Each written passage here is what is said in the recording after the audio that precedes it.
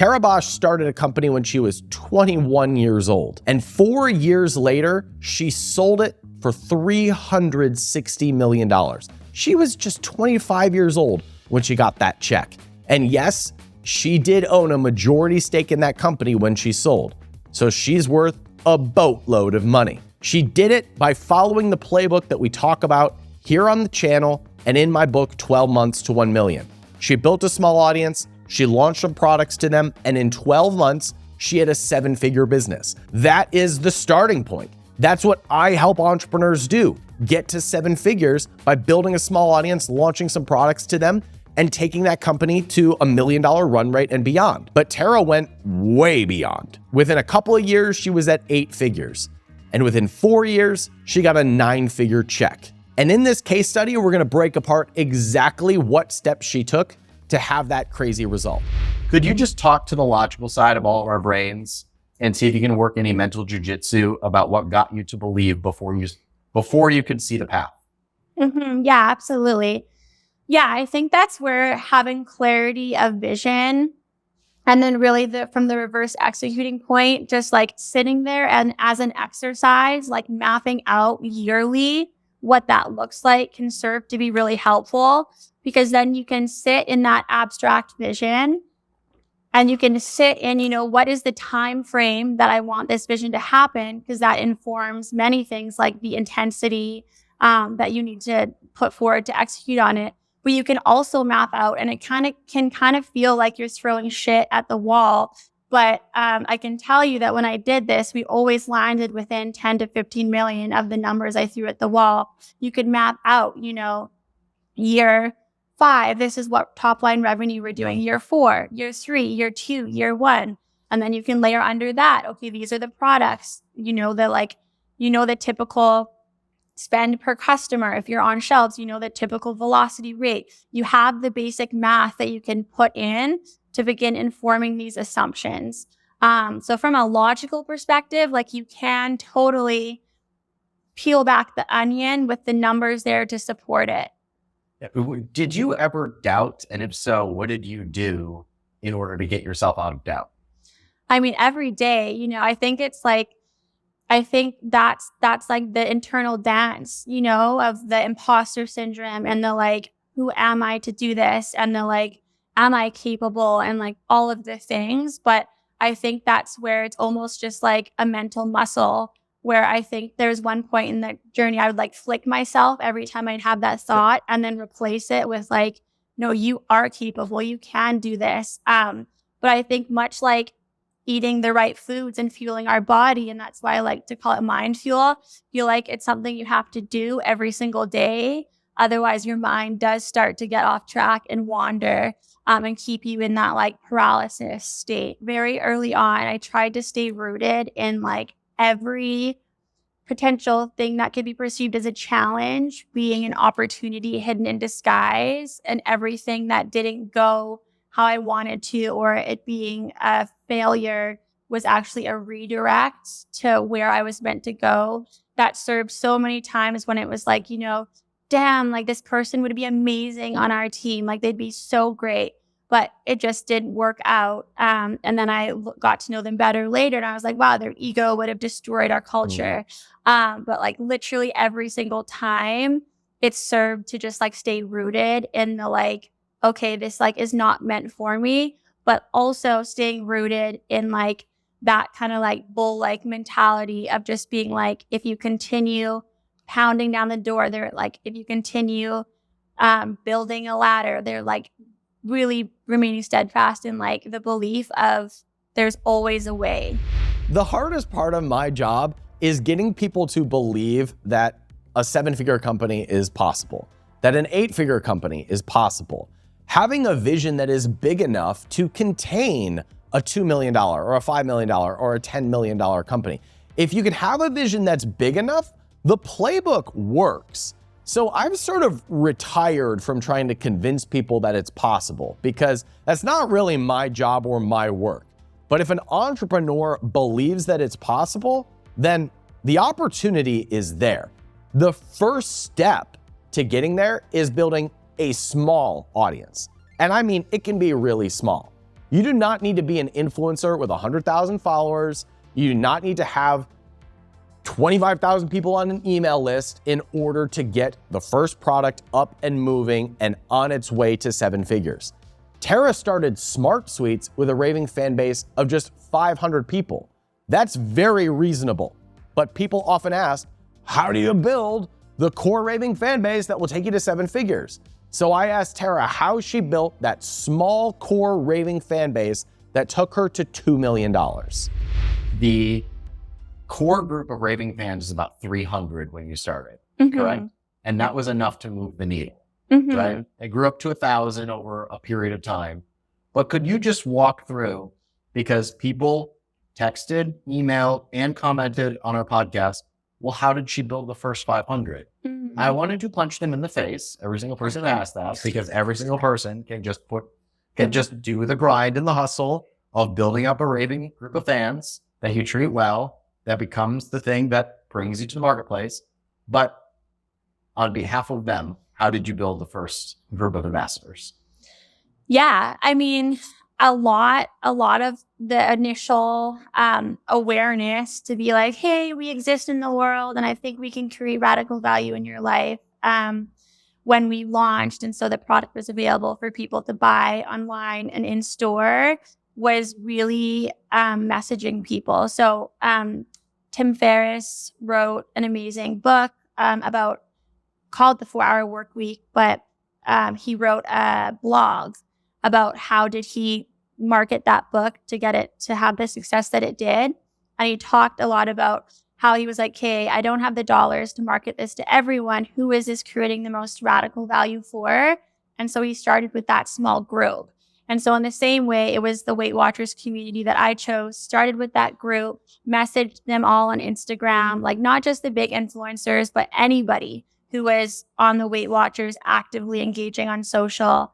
And that was how we began to got the first 300, 500, and really kind of build that early emphatic consumer base. So in a way, you were thinking strategically about the types of people that you wanted to be the ambassadors.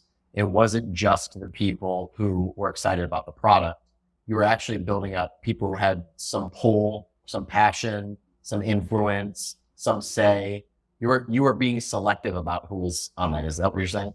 Yeah, I think what it went back to really was finding people, because it created so much radical value for them in their lives, that they had an emotional connection to the brand. You know, it's like very much from that concept of like Simon Sinek's start with why. Because they had that emotional connection, they had like a sense of personal responsibility that they wanted to support this product and this community around kicking sugar. As you can see, Tara was just hustling her way to the first 500 people. She was not following some whiz-bang strategy. She didn't go viral on TikTok. She was door knocking. She was in the DMs of her followers. She was connecting with people. She was building real relationships with people that became raving fans of her company. Most of us have 500 friends on Facebook, 500 followers on Instagram. You can reach out to 500 people over the course of a couple of months and turn them into raving fans. You don't need to have a giant audience. You don't need to create a ton of content and build a YouTube channel before you launch a business.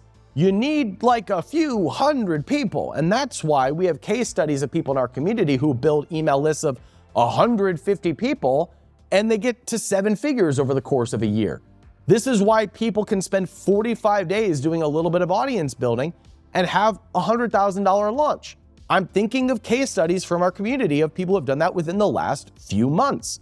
If you do just a little bit of audience building real relationships at the start of a business, that raving fan base will take your first product and your entire product suite to the level where you can have a 7-figure business over the course of about 12 months. The next thing that I wanted to ask Tara was how she funded the growth of a business.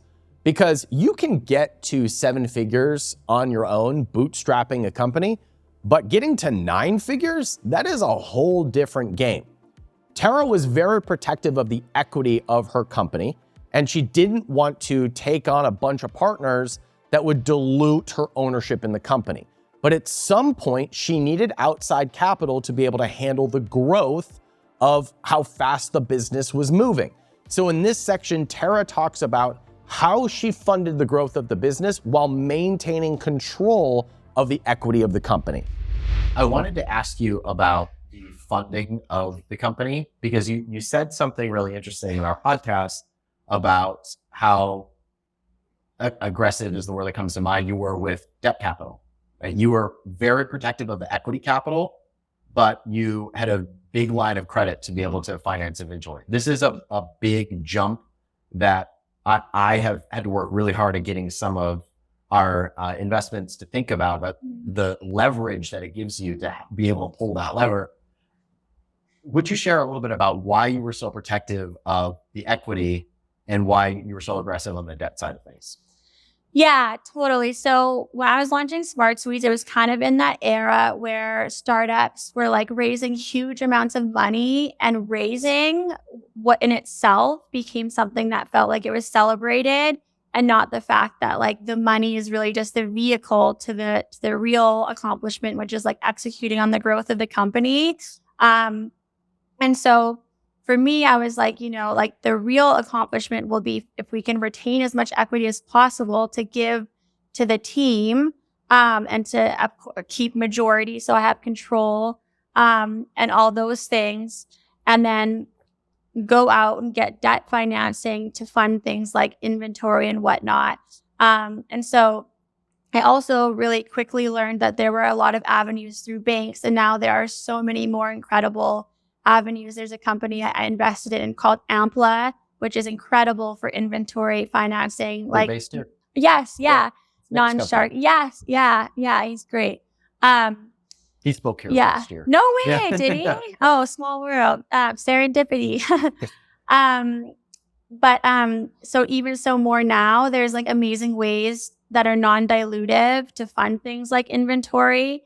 And then to really save those moments where you want to take in outside capital for really strategic initiatives. But I just really saw how it could serve if we could protect that cap table. I'm curious if there was, most of us, maybe not Tara, but most of us have that nightmare scenario of what if it all goes away? Mm-hmm. Did you have any of that hanging over your head when you have $10 million in debt on the books that's tied up in inventory and you're thinking about what could go wrong? Did that ever enter your brain, or were you so focused on the future that was just a small part of it? Yeah, and that's where it goes to, I think, like really sitting in yourself and what you're knowing of yourself, of risk as well, because I have some friends, and if they took on that level of debt, they'd be so paralyzed in fear, they wouldn't be able to have the mind space to execute. For me, I really had the mindset of like, I don't want to live with any what ifs. So, I don't want to live when I'm 90 years old, sitting in my rocking chair with the what if of like, what if I had just like gone all in and brought this to life in the most powerful way that I could, because that visceral why that I had. And debt financing felt like a very small risk, because I was like, sure, I might have debt, but like I can live on a friend's couch, no problem. I will know that like I carried out and I tried and I figured out the ending of that story. But certainly as the company got larger and larger and larger, there were often moments where I was like, holy motherfuck, I have 13 million of personal debt if this doesn't work out. And so there's that humanness that you have to sit in for sure. But I think you ground yourself in what's like congruent with what's most important to you. I want to break apart this section because especially in the physical product space, when you're building a brand, this is something that entrepreneurs miss. Tara did not raise a bunch of capital to grow the company at first, but she did use debt financing to fund the number of units that she was moving. Using debt to finance inventory is a very smart move. In fact, it's kind of dumb to use your profits to fund more inventory. And this is a huge bottleneck that I see brands and entrepreneurs do. They're rolling all their profits into funding inventory orders, and they can never really get ahead. If you want to grow and you have predictable growth of a few products, it can be a smart idea to use outside debt to be able to fund the growth of that inventory. I could break down the math of this and why it's a good idea. I'd suggest watching some other videos on the channel in order to see why that is a good idea. Or this is something that we can help entrepreneurs do inside of our capitalism incubator, which is where we bring our tool set to the table and we help businesses who are about at $1 million grow to mid 7 figures and 8 figures. And one of the tools that we use is debt financing. There's plenty of ways to crack this nut. Just know that it is a very important and powerful tool if you're trying to grow a brand, because tying up all your profits into the stuff that you're going to sell prevents you from being able to make the other investments that you need to make to go to mid 7 figures or even 8 figures. Now, something I noticed about Tara is that she didn't seem to leave a lot of room for doubt. She was always reminding herself about where she was going. She was thinking about her vision. She was convincing herself why she could do it, not why she was going to fail. And I think this is important because I know enough entrepreneurs and I know enough of my own thoughts to evaluate how many of my thoughts are thinking about why I will win versus the threats that might put me out of business.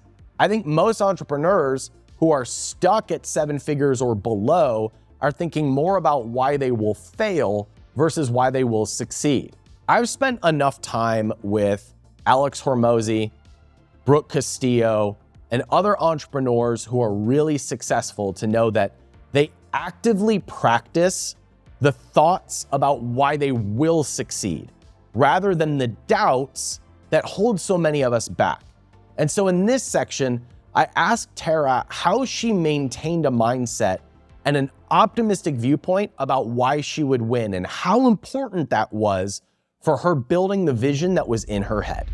Like, you truly have to be able to like close your eyes and like see it so clearly, I believe, in a way that like it does feel like it's so real to you. And that allowed me in my journey, at least, to take the steps then to make that real, because on like a visceral level, it already felt so real. I know we talked about in your podcast about like, it's like in the same light with like why like professional athletes, they all have the like the coaches on like the mindset piece, because it's like, unless you can like visualize it and see it, it can't happen. So you have to like remove that block and really, really set that down deep in your subconscious in order for it to actually ever happen. What informed or influenced the way that you think and therefore gave you the permission to think that big on your first venture like this? Like what earlier in your life influenced your belief that that was possible? I mean, I joke all the time with my friends and like trauma, but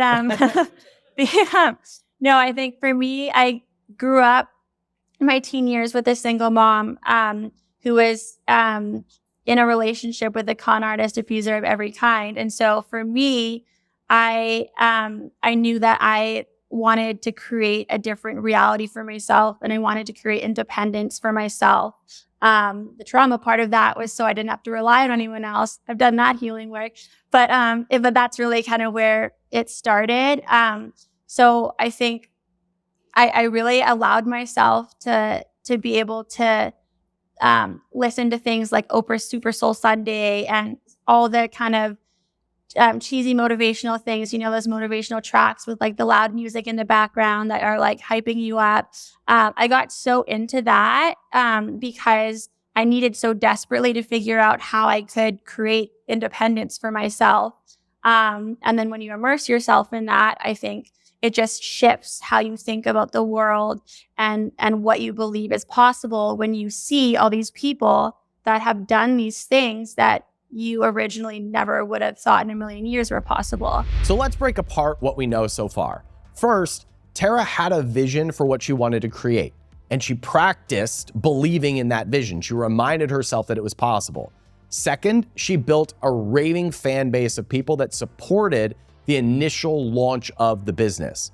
She financed the company strategically so that she had room for growth, but she was protective of the equity so that she maintained control. The next thing that she did was surrounded herself with people who could help her implement the vision that was in her head and navigate the challenges that will happen when you go beyond about $10 million. Getting mentors who have done this before is a cheat code for you accomplishing what you want to accomplish. But how did she seek out the mentors that could help her? How did she surround herself with people that had done this before and could advise her as she grew to a $360 million exit? Here's what she said about that. Yeah. Sounds like, as you tell your story, it sounds like you had sources of really good advice and mentorship along the way. What mentors and pieces of advice did they give you that were most instrumental to keep you grounded so you can make those strategic decisions? Yeah, I think mentorship, I feel like, I don't know if you guys feel this way, it felt like such an elusive thing where I was like, everyone's telling me I need mentors and advisors, but where do I find these people and all the things? And so I had the fortune after I was finished recipe testing in my kitchen of being accepted into an accelerator program from a fellow. His name's Ryan Holmes. He founded a company called Hootsuite. And so I was surrounded by other peers that were working on ideas, but I also began to have access to some amazing humans. And there were often advice that I was being given on all logistical, executional things, but no one talked to me about like gut and like staying true to your why and those more intangible things until I met my first official advisor. Her name was Judy Brooks. She was the first person to talk about those things, and it was like a game changer for the path of Smart Swedes. Entrepreneurship can be lonely and confusing, especially when you are trying to do this yourself. We have a vision for what we want to create, but then so few of us get into rooms with other people for whom that is normal. If your vision is to create a 7-figure company and you don't know anybody who's built a 7-figure company, how likely are you to keep believing that it's possible? You're going to be the weird one in your peer group that has this crazy idea of having a 7-figure company. But for me, 7-figure companies are easy. They're commonplace. It's a simple playbook. If you don't have a playbook, go get our free resources at capitalism.com/playbook, and you'll see how we launch companies and take them to 7 figures, case studies of people who have done it, and the strategies that you will need in order to get there in about 12 months. Easy, not a problem. But if you're not plugged into a community or have mentorship that has done this before, what are the chances that you're going to be the odd person that actually builds a 7-figure company? And if you're already at 7 figures, if you're not surrounded by people who have built 8-figure companies, what's the likelihood that you're going to do that? Again, you're going to be the weird one that has this crazy vision of having a $10 million company. As entrepreneurs, we go out on this journey alone, but if we stay alone, we die. If we have a vision in our head, but we don't have other people who can advise us and help us open up the path to executing that vision, the chances are that you are going to fail. Tara had really good mentors and support to be able to see that vision come to life. And we all need that in our lives, whether that is coaches or masterminds, or it is just pouring into the free content that exists everywhere so that you know what to do and you believe that it's possible. Remember that the more alone and isolated you are, the higher your chances of failure. But the more plugged in and supported and networked you are with people who have already done it, the higher your chances of success. Now, success is easy to model in the rearview mirror. It's easy to break apart how someone got to 7 or 8 or 9 figures and reverse engineer the process. But what about someone who is just starting, or they're starting something new? Tara sold her company, and I wanted to know how she would approach a new venture if she was to start it today. I wanted to ask her how she'll know when it's time to start something new. This is something that I asked selfishly because when I sold my company for $16 million, I felt this urge to just jump into the next thing. And I see entrepreneurs often look at what they think is going to work and pour their energy into that, but they don't have the conviction or the vision to be able to execute it. So I asked Tara how she'll know when it's time to jump into a new thing and how she'll approach it when she feels like she's ready for her next venture. The idea for Smart Suites came from, from your family, from like having a real feeling that you wanted to create something different. How will you know when it is time for the next venture? I mean, I think it's so easy to get caught up in that wheel, where it's like I've had friends who like exited and then right away gone to like, I want to like start something else. And so like find white space and then execute on that space. But I think when you don't pause to like really have that authentic why, it just doesn't translate in the same way with consumers or even yourself and having the drive that it takes to execute on that coming to life. So for me, I feel like I like everyone in this room, like when you have that brain where you're ideating and really find the joy in the build, I would love to do that again. But I really want to be disciplined about like waiting for that same visceral pull that feels like it's serving something so much larger than myself and has the radical value proposition to match it. Yeah, as ironic as this sounds, is it fair to say that when you started Smart Suites, it was not about the money? Absolutely not. As a result of that charge, like that feeling, you were able to create something that created so much value. Yeah, and I think it doesn't have to be an or, it can be an and. I think I, for a long time, felt like it was so taboo, especially as like a woman founder, to like talk about, what financially I wanted from the journey as well and that sort of thing. But I wrote those numbers down, even though I wasn't sharing them with anyone. So I don't think it has to be an or, but it can be an and the why has to be like, what's your pull? The freedom of time and energy and the money and that sort of thing.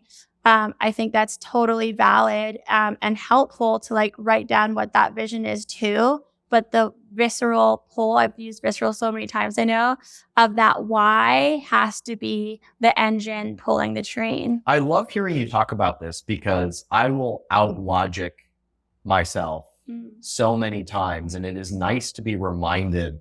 And it starts with a feeling. Mm-hmm. And you know it when you feel it, and it's difficult to manufacture. Mm-hmm. But once it's there, you can build upon it, and it's a much more powerful force than my logical brain can try to create all on its own. It's like the logical brain is there to support and build the structures to support that, whatever that feeling is. Totally. But the opposite is not true. To close this out, I asked Tara for advice for the entrepreneurs who are in the room who are at 7 figures. I've helped hundreds of entrepreneurs get to 7 figures. The playbook is very predictable. It's 4 products, 25 sales a day, $30 price point. That's a 7-figure business, and it takes about 12 months on average to be able to do that. We have so many entrepreneurs who have gotten to that level, but a lot of them stay stuck at that level. Why do they get stuck at 7 figures while people like Tara break out into 9 figures? What's the difference? So I asked her to give some advice to the people in the room who were stuck at 7 figures and wanted to go beyond. I'm curious what advice you give to the entrepreneurs who are at 7 figures. And the reason I ask is because I didn't know this part of the story. You shared it with me on the podcast that your first year you did 2 million. And then I think it was 16. And then 4 years later, you had the big exit. There are a lot of entrepreneurs that get stuck in that 7-figure hamster wheel. Some of them are in this room and they've been stuck at that level for 2 or 3 years. Mm-hmm. What advice do you give to those entrepreneurs in order to grow through that plateau? Mm-hmm. Yeah, I mean, I think really getting clear, I think, first of all, and, again, going back, and I know it sounds like I'm like beating it, something I brought up so many times, but going back to like what is your vision, and getting clear on that. And then going back to like, okay, why am I at the $1 million mark and that not seeing that growth and dissecting that? You know, your consumer is your North Star. What isn't resonating or clicking in the way that it needs to for you to have that emotional connection and have that community that's going to like push forward that hockey stick growth. There's an amazing book called The Tipping Point. It talks about Birkenstocks and how they created a movement out of Birkenstocks with 1,000 people after being stuck in like as being a small company for so long and feeling like they couldn't figure it out. But I always like to go back to the consumer as the North Star. And so it's like, okay, clearly if you're stuck at that mark for a couple of years, it's like, I wonder like what isn't resonating about is the value that we're creating through the product. How can we evolve that or iterate that? Or is it a different form entirely? I had a friend, they were in the beverage space and they were kind of stuck at that 10 million mark and just really couldn't crack it. And then they went back to their consumer, picked up the phone, did the simple things like having the phone calls with their I think it was their top 100 e-com customers they called. And they learned that like it was a form factor thing. So the value prop was there. They just needed to switch to little like squeeze lip small delivery packs.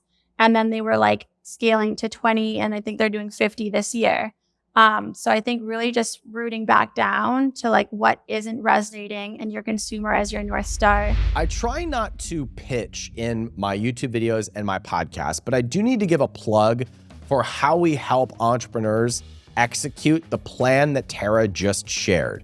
Because in the Capitalism Incubator, we have a suite of tools and resources that we can deploy into your business that can help you use outside capital, craft a vision, and grow on the platforms where you're already taking sales.